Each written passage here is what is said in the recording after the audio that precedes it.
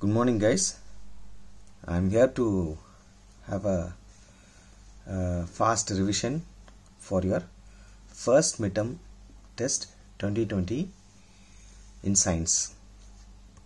So I'm going to concentrate on two lessons. One, lesson 2, nutrition in animals, and secondly I'm going to concentrate on lesson 4, heat.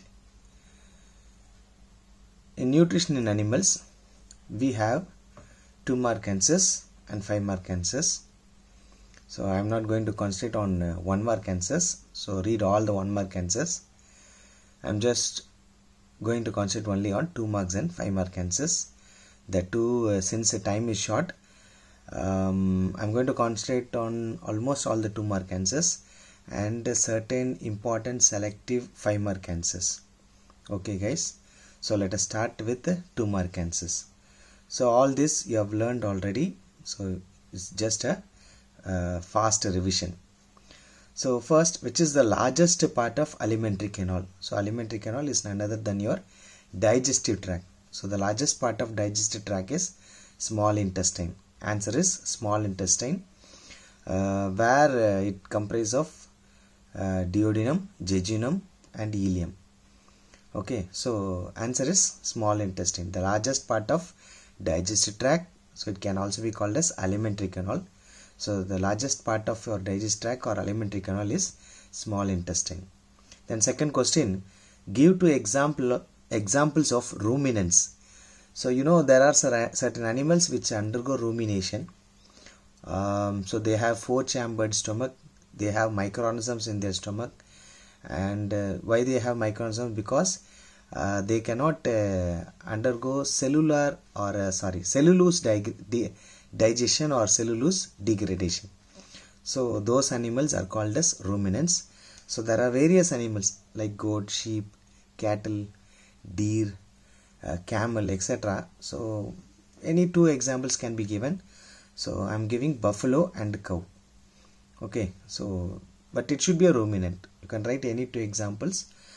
Better is if it is a ruminant. So don't try something else and write wrong answers. Okay.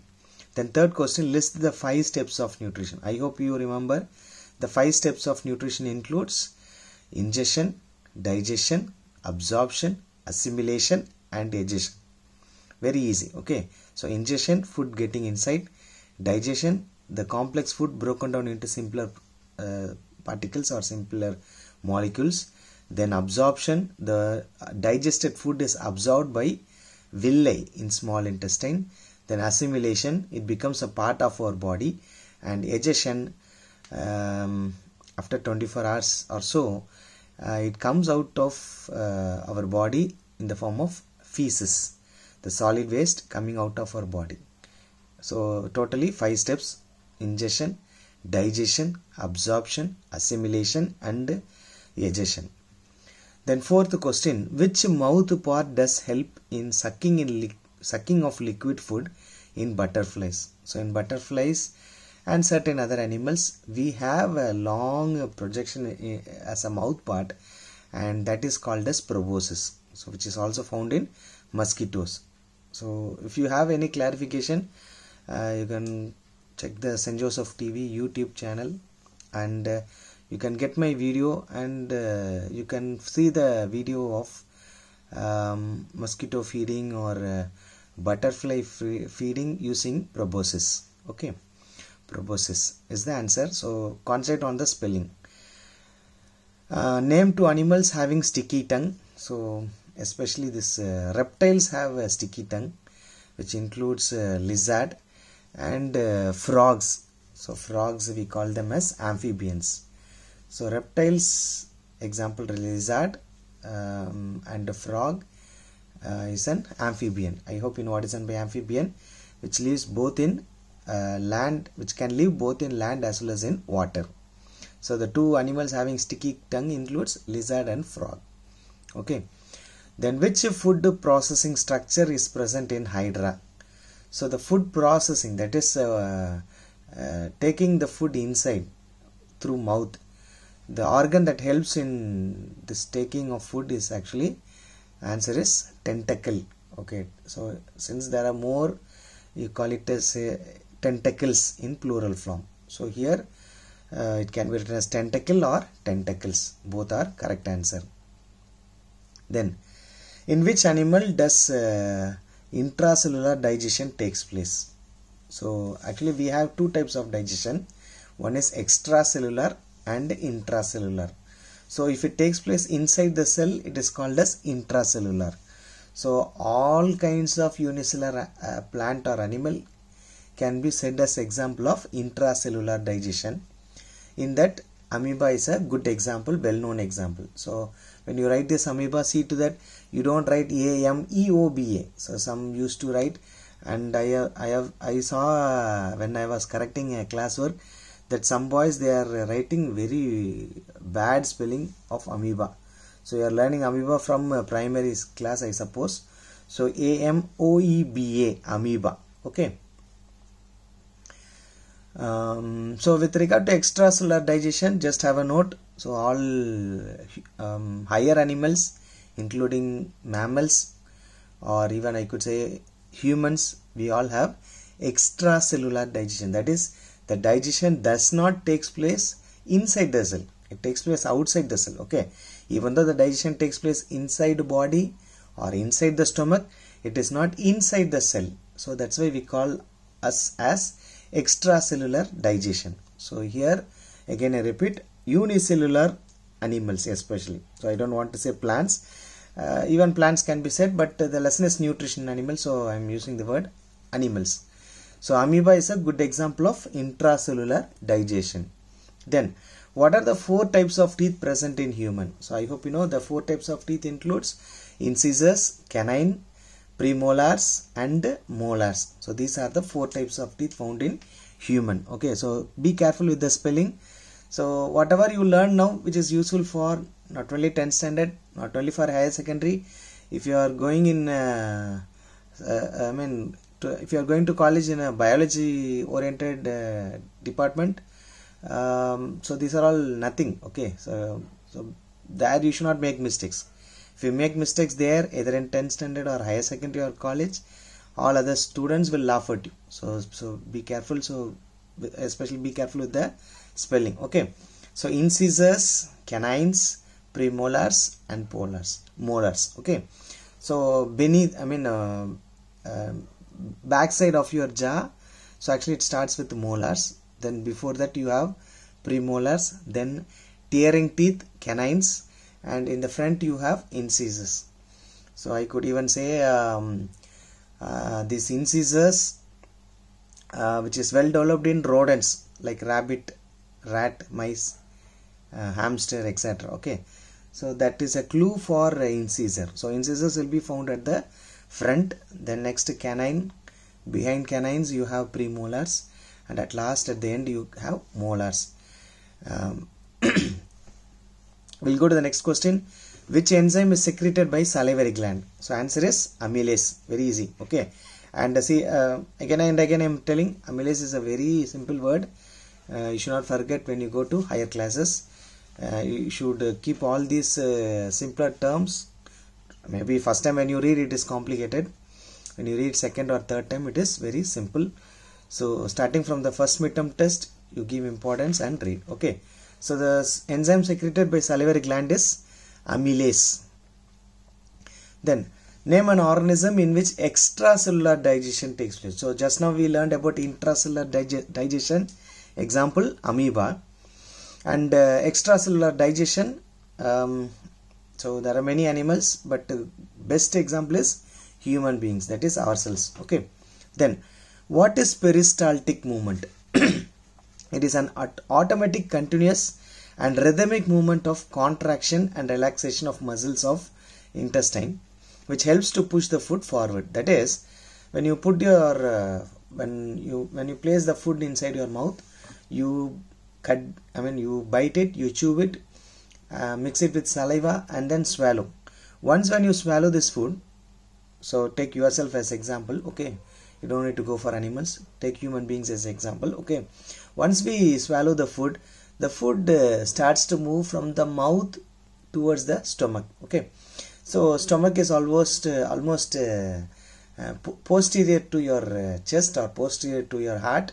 So from mouth, I hope you understand. So the food goes slowly towards the stomach, and there is a movement by the muscles of the esophagus, which pushes the food slowly towards the stomach. Okay, so which we have learned actually when I was teaching this class. So I said, I hope you remember, even when you are tied upside down, okay, I hope you understand, when you are tied upside down, if you are about to swallow the food automatically goes towards the stomach and not towards the soil or land or towards the gravitational force. I hope you understand. If you don't understand, leave this example. We don't have time now. So the answer is the movement. I mean, what is so this peristaltic movement can also be called as peristalsis. Okay, so peristalsis, otherwise called as peristaltic movement. So it is none other than an automatic. Okay, so once when you swallow, automatically it moves. So that's why it is called as automatic, and it is a continuous movement. Okay, so there is no break. So continuous movement and a rhythmic. So why, in the sense, actually we learned in the class, the food that we eat or that we consume or that you swallow, it forms small balls called as bolus, B-O-L-U-S, and moves towards the stomach. So the full food that is inside the mouth forms a small bolus, and it moves into the stomach, and that's why it is called as rhythmic. Okay, automatic. Okay, so these three words you keep in mind: automatic, continuous, and rhythmic movement. Okay, and it takes place by contraction and relaxation. Okay, so I hope you understand what is, what is meant by contraction and relaxation. Okay, so the contraction and relaxation of muscles of intestine. Okay, so actually you have a peristaltic not only in esophagus, you also have peristalsis in intestine. That's why it is given here, intestine. But keep in mind, you have in two places. One, I mean, in the intestine as well as in the esophagus, you have this peristaltic movement. Okay, thereby the food is pushed towards, I mean, even though it is given forward. Okay, so the pathway, it has to be moved from mouth towards the anus. So that's the actual meaning of pushing the food forward. Okay, then next question: what is bile? How does it help in digestion? So you all know our liver secretes a dark colored liquid which consists of enzyme called as bile. Okay, so liver secretes this juice which is called as bile, and this is stored in gallbladder. Okay, so again I say, if you want to know what is where liver is found, where gallbladder is found, you go to our YouTube channel, St. Joseph TV, and you can find my class. Okay, where I have shown where I have displayed how I mean the presence of liver and the presence of gallbladder. Okay, so this bile juice which is secreted by liver is stored in gallbladder, and when it is needed, so this bile juice from gallbladder goes towards the duodenum. Okay, the first part of small intestine. The use of bile juice. Okay, so bile juice is, I mean, yes, so it is called as juice. Okay, I hope you understand. Okay, digestive enzymes are called as digestive juices. That's why I say bile juice. Okay, so this bile juice helps to digest fat. Keep that in mind. So this may be even asked in a entrance test in your future. Simple question, but yet it may be made complicated and asked in some entrance tests. Bile juice helps to digest fat. Okay, and when you go to higher classes, you will also learn one more thing, that is bile comprises of various enzymes. Okay, so I don't want to mention those now. Again I say, repeat, time is running. So bile, simply it's a dark colored enzyme or dark colored liquid produced by liver, stored in gallbladder, and helps in to digest fat. So 3 points here. Okay, so when you read something, keep this in mind. That is, try to have some clues so that you recall those answers. Understand the question and then read. Without understanding, it's a mere waste. Okay, so you may recall the next day, but what you read should come or should be recalled till your death. Keep that in mind and prepare for the exam. Okay, then why is digestion of food essential? This is the 13th question. So we are discussing two more questions. Why is digestion of food essential? Right. So the digestion of food is essential because digestion process converts the complex food materials into simpler forms. So we have all even in this revision class I said in the beginning. So what is digestion? Which is none other than conversion of complex. Okay, so it may be carbohydrate or protein or fat or vitamin. All are complex food materials in the form of rice or pulses, or say I can even say cereals, or meat, or fish, or egg, whatever. Okay, or juice, etc. Okay, so these complex materials by the process of digestion is broken down into simpler forms. Okay, so that is actually what you mean by digestion. Okay, and as a result of this our body absorbs these simpler forms. Okay, unless it is the food particles are broken down into simpler molecules, they cannot be absorbed by the villi. So that's why we have this digestion, where complex food particles are broken down into simpler molecules, and thereby they are absorbed and used for various activities. Okay, maybe for producing energy, or that food, that simpler forms only becomes our part of our body.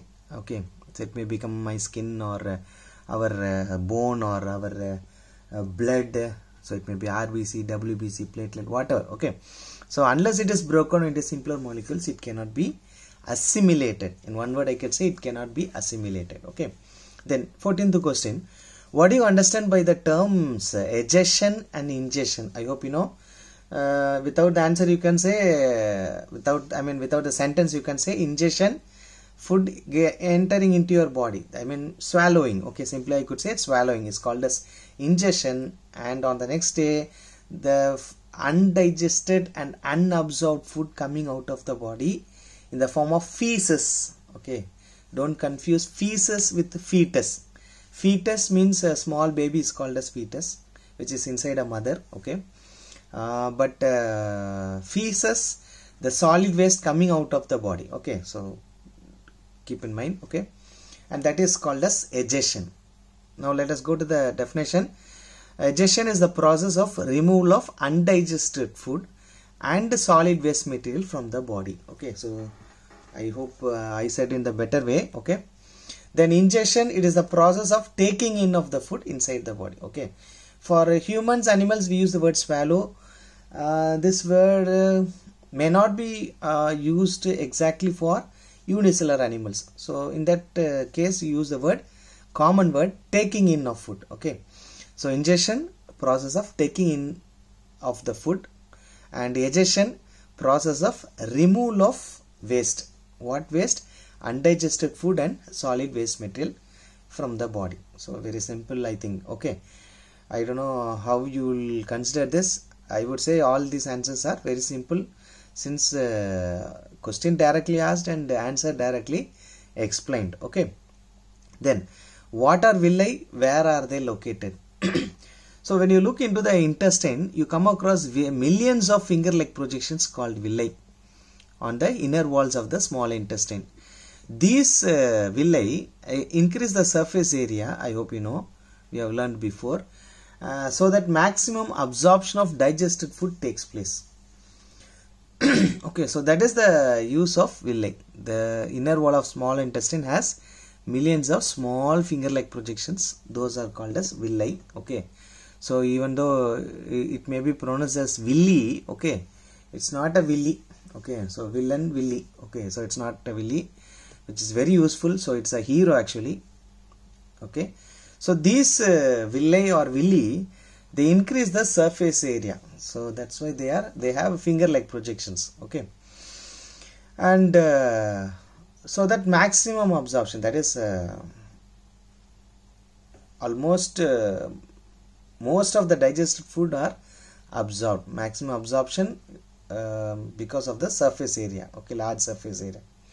And this absorbed food reaches the blood, okay, because villi is supplied with blood, okay. So actually blood immediately takes that nutrient and as usual assimilated, okay, the nutrient is assimilated. Then 16th question, what is alimentary canal? So it is a long, so in the beginning I said, okay, alimentary canal, otherwise called as digestive tract, okay. In simple words I am saying first, then we'll go to the definition. Alimentary canal is none other than digestive tract, that is starting from mouth towards the anus. The pathway through which food moves is actually called as alimentary canal. Now we'll go to the answer, okay. So it is a long tubular organ in animals, so which is not found in plants, so that way here we are using in animals. So it is a long tubular organ. I hope you know what is by tubular, okay, like hollow tube, it's like a tube, okay. So it's a long tubular organ found in animals, and that is divided into a series of zones. So like it can be called as one zone called as esophagus, next zone called as stomach, next zone called as small intestine, next zone called as large intestine. So where it is divided into a series of, series means continuous, next, okay. So these words I hope you remember, okay, that is esophagus, stomach, small intestine, large intestine, okay, right. Anyway, alimentary canal is a long tubular organ in animals which is divided into a series, okay. If you change the spelling, the meaning of the sentence will be wrong, you may lose marks. So series, okay. Series of zones means area, okay, or site, S-I-T. Again I repeat, it's a long tubular organ in animals that is divided into a series of zones specialized for a particular function, okay. So each organ has a particular function. Esophagus has a function, stomach has a function, small intestine has a function, okay. So for a particular function that is related to digestion. So that's why, since it is related to digestion, you call this alimentary canal as digestive tract, right. Next we'll go to 5 mark answers. First question, why should we brush after eating sugar products? So always keep in mind, we have discussed before, 2 times we have to brush our teeth. Even some used to say, some physicians used to say, it's better to brush your teeth before going to bed than after getting up from your bed, because from the morning you are eating always something. So it's better that you at night you don't there is no work inside your mouth, so that's the time I mean when you are sleeping, where your microorganisms start to grow, utilizing the particles, food particles found in your mouth. So that's why usually physicians say you are supposed to brush twice. The two important is brushing before going to bed, okay. Anyhow, so coming to the answer, we should brush after eating, especially sugar products. So it's not sugar, any product that you eat, any food you eat, you have to brush, okay, because when you brush these food particles, so here in this answer it is given sugar particles based on the question, but generally speaking all the food particles, most of the food particles will be removed when you brush, okay. If you do not brush, what happens, slowly your teeth becomes yellowish because of the accumulation of this food and bacteria, and it causes plaque. So plaque none other than the sugary food material present in this plaque, which converts into acids by some bacteria, and that leads to various harms, okay. So plaque, that food particle causes the decaying of the teeth basically, okay, that you keep in mind. And sugar plus bacteria, I mean sugar based on the question, but generally food particles along with bacteria, it produces some acid, and thereby it may lead to damage of the tooth or damage of the enamel, okay. So enamel is very, very important, keep this in mind. I have not said this before. They say enamel is the strongest bone of our body, okay. So enamel is the actually the outer covering of our teeth is called as enamel. So when enamel is damaged, what happens? Slowly it leads to tooth decay. Decay means degradation, okay, decomposition. Slowly you lose the teeth, and thereby it leads to formation of cavity causing severe pain. So that's why you have to brush your teeth after eating sugar products, or generally speaking after eating any food products. Okay, then second long answer, define the following terms: ingestion, digestion and egestion. So already we have discussed ingestion, taking in of food, it takes place through mouth. Okay, in humans it takes place through mouth. Then digestion, breakdown of the complex food into simpler and soluble molecules, whereas egestion, which is the elimination or removal of undigested food or solid waste. So again I repeating, time is very short, so I am trying to wind up. Okay, so meaning is this one. Okay, you slowly read this sentence and you will, I hope you will understand. Then third question, third long answer in lesson 2, the difference between intracellular and extracellular digestion. As we have discussed in 2 mark questions, intracellular, which takes place inside the cell or within the cell, whereas extracellular, which takes place outside the cell. Very easy. Okay, so if you are not able to write a full sentence, I mean this is only for I could call them as slow learners, or I could call them as lazy fellows. Okay, so because one who hard works will write in full sentence, I suppose. Okay, so anyhow, the digestion that takes place within the cell or inside the cell is called as intracellular. So intra means inside, whereas the digestion that takes place outside is called as extracellular. Extra means outside. Intracellular found in amoeba and paramecium, that is all unicellular animals and plants where you come across intracellular digestion. Again I repeat, so it is not unicellular plants because they undergo photosynthesis, so it is only unicellular animals. Okay, amoeba and paramecium, both are unicellular animals. Extracellular digestion takes place in all higher animals. Okay, example human beings and cow. Okay, instead of cow you can write any other animal also. Okay, any other mammal or any other animal, no problem, but use the word etc in both the cases. Then third point, intracellular digestion is a simple process which comprises of ingestion, digestion, absorption, assimilation and egestion, all carried by one cell, because intracellular takes place only in unicellular animals. So all this process takes place inside that one cell. But extracellular, all this ingestion, digestion, absorption, assimilation and egestion performed in a comparatively a very large system. So you know human digestive system. So it's a complex process and taking place in a very large system. Okay, so fourth question, a neat label diagram. So I could not draw and show, but this thing you keep in mind, because when I was correcting classworks I found this thing, that is when you draw this diagram, see to that on left side and right side there should be a mirror image. I hope you know what is a mirror image. So it should not vary, especially this part. Okay, so draw a long structure like this. So in this part, see to that it is the left and right are a mirror image. I hope you know what is meant by mirror image. So because in class works I found left side one structure and right side one structure. See to that it is not so, and start marking the parts. Okay, so this is also an important question. Third question, fourth question, important question. Concentrate and prepare well. Okay, so in case of diagrams, you have to draw and see in some rough papers. Without drawing, you are not supposed to touch the classwork as well as the midterm paper. Okay, so draw and see in rough papers. You are not supposed to color. Okay, color is strictly prohibited. And when you mark the parts, it is better if you write in capital letters. It will be nice instead of writing in running letters. Running letters as you see in this video. Okay, don't write like that. Better go for a capital letter. It will be good.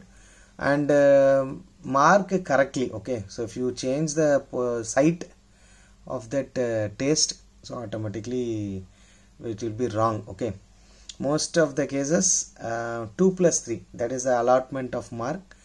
2 marks, that is since this is a 5 mark question. Okay, so 2 marks will be going for labeling the parts and 3 marks will be going for the diagram. So concentrate and do.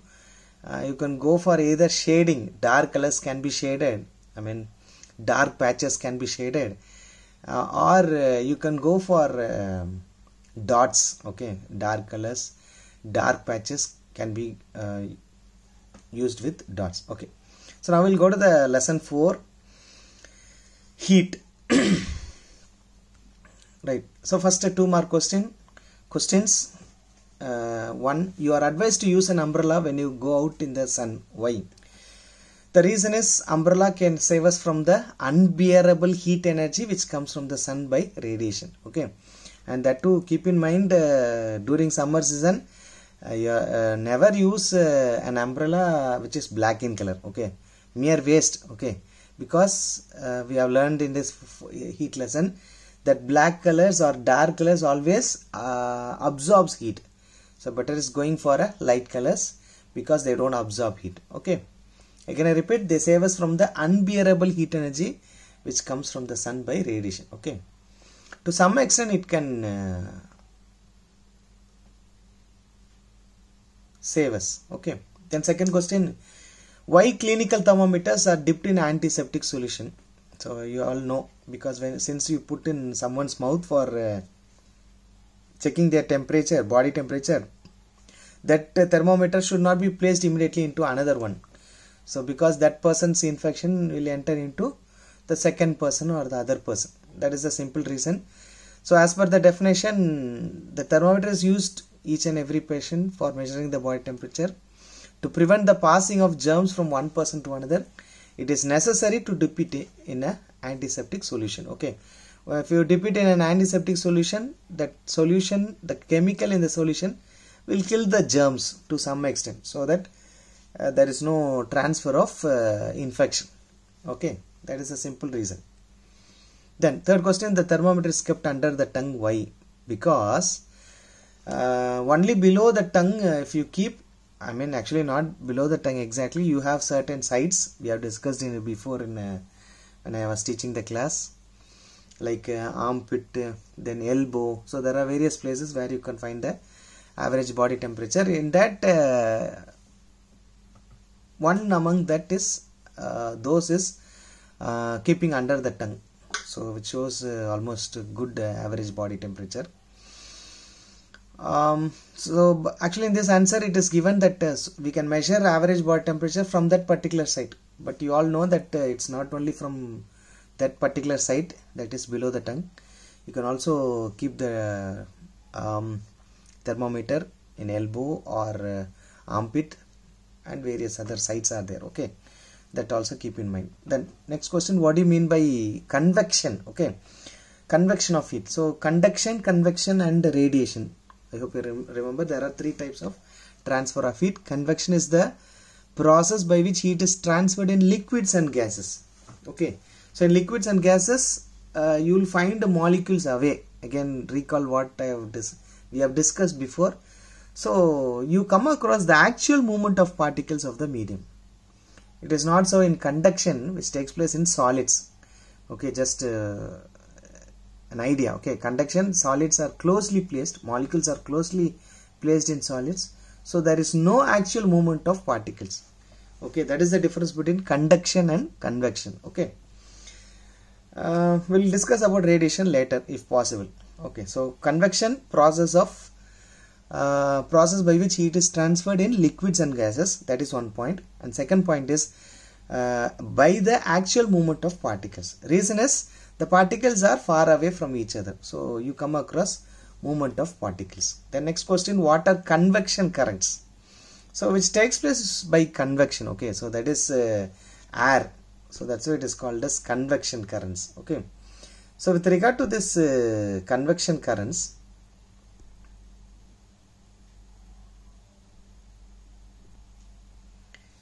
the continuous circulation of air in atmosphere due to difference of temperatures is called convection current. Okay, so when we are learning about this wind or breeze, we learned about this difference in temperatures, and that results in the convection current. This convection current, which includes land breeze and sea breeze. Okay.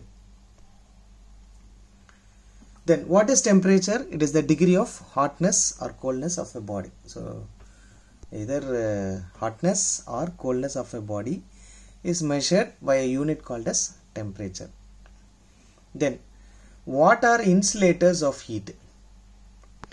A material through which very little or no heat energy flows is called as insulator. That is, the opposite of conductor is insulator. Conductors which allow heat, whereas insulators which do not allow heat.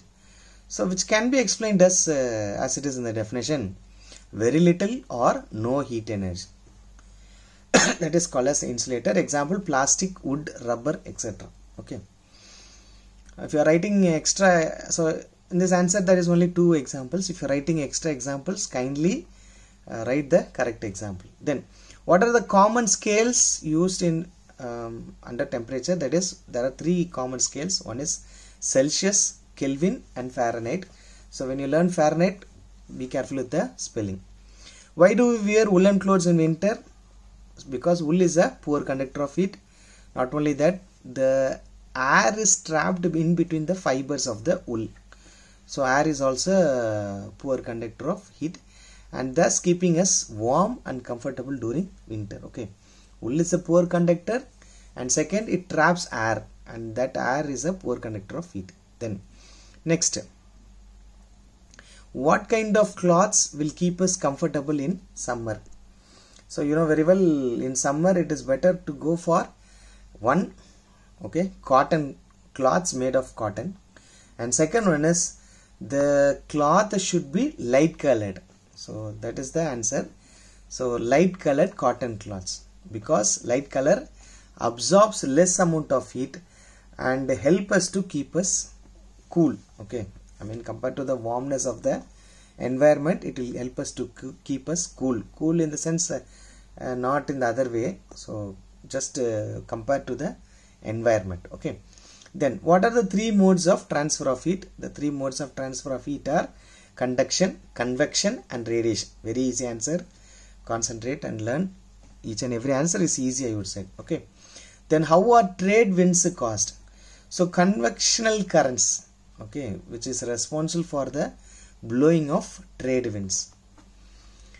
Wind, okay, so simply we discussed in the lesson as wind.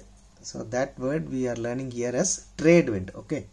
Again, convectional currents, which is none other because of the difference in the temperature. Okay. Just now last slide we learned about this convectional current. Then next question, what are good conductors of heat? Give 2 examples. So before we learned about the insulators. Opposite of insulator is good conductor. Okay. A body that allows heat to flow through is called as good conductor. Example, iron and copper. All the metals are examples of good conductors of heat. Okay. So we have this thing we have discussed in lesson. That is, we have conductors of heat and conductors of electricity. Similarly, we have insulators of heat and insulators of electricity. So in this lesson, we are learning only about conductors and insulators of heat. Okay. So which allows heat to flow through are called as good conductors of heat. Example, iron and copper. Then, so let us move to 5-mark answer. First question, characteristic features of mercury used in a thermometer. So I am not discussing other answers. So I am concentrating only one answer, which I feel as important. Okay, so that's why I am concentrating only on one answer in this lesson. Okay, very important question. The characteristic features of mercury. First of all, it has a uniform expansion rate. That's why we are using in thermometers. Expansion, that is, whenever when a solid or a liquid or a gas is heated, automatically they start to expand. Okay, expand means increase in size. When the heat is lost, automatically the expansion will, I mean the particle will start to contract. Opposite of expansion is contraction, that is, it decreases in size. So here mercury has a uniform expansion rate, and that's why we use in thermometers. Then it is a good conductor of heat compared to other metals. It's a good conductor of heat, that's why we are using in thermometers. Then third, it has a low specific heat capacity, and does not since it has a low specific heat capacity, it does not take too much heat from the body when measured. A normal heat is sufficient such that it rises and gives the body temperature of the person. Then fourth point, it expands and contracts. So first point we learned uniform expansion, and here we are talking about the expansion as well as contraction. Okay, expansion increase in size and contraction decrease in the size. So which is uniform and with the rise as well as fall. Okay, so this implies in the sense expansion that results in the rise of temperature, expansion due to rise of temperature, and contraction due to the decrease or fall of temperature. So that's the meaning of the last point. It expands and contracts uniformly with a rise and fall in temperature. So that's enough for this first midterm test revision. So boys, keep this in mind.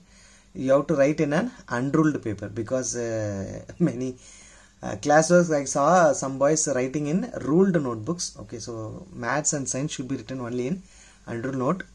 So like that, science exam should be written in unruled paper. Draw a neat margin of a scale size. Okay, after each answer, draw a line. Use pencil for these drawing lines as well as for diagrams if they ask diagrams, and present properly. Write your name, class and section, exam number without mistakes, and write the exam neatly, legibly, tie the paper, and submit properly. Okay, so I wish you all that you, for your exam, for your first midterm exam, not only for science, for all the exams, I wish you and I pray for your for writing your exam well. Okay, all the best. Thank you.